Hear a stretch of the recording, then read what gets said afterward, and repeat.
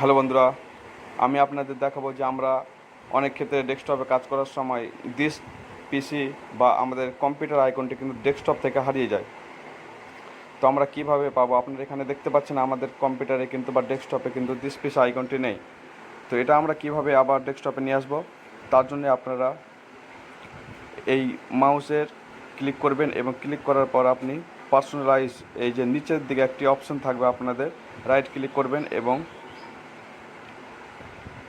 আমাদের নিচের দিকে যে পার্সোনালাইজ অপশানটি থাকবে, এই পার্সোনালাইজ অপশানে কিন্তু আপনারা ক্লিক করবেন।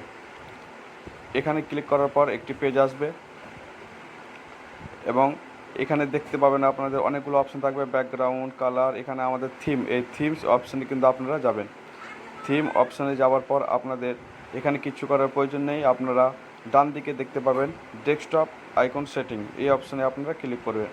এখানে ক্লিক করার পর আপনাদের সামনে একটি বক্স আসবে এবং আপনারা এখানে দেখতে পাবেন যে কম্পিউটার বক্সে কিন্তু চেক বক্স দেওয়া নেই, এখানে তার জন্য উঠে রয়েছে এবং চেক বক্স ক্লিক আবার অ্যাপ্লাই করবেন, তারপর ওকেতে ক্লিক করবেন। তাহলে আমাদের ডেস্কটপে কিন্তু দিস পিস আইকনটি শো হবে। তো আপনারা এখানে দেখতে পাচ্ছেন আমাদের ডেস্কটপের দিস পিস আইকনটি কিন্তু চলে এসছে। তো এইভাবে আপনাদেরও যদি দিস পিস আইকনটি ডিলিট হয়ে যায় তো এইভাবে নিয়ে আসতে পারবেন। তো বন্ধুরা, আমাদের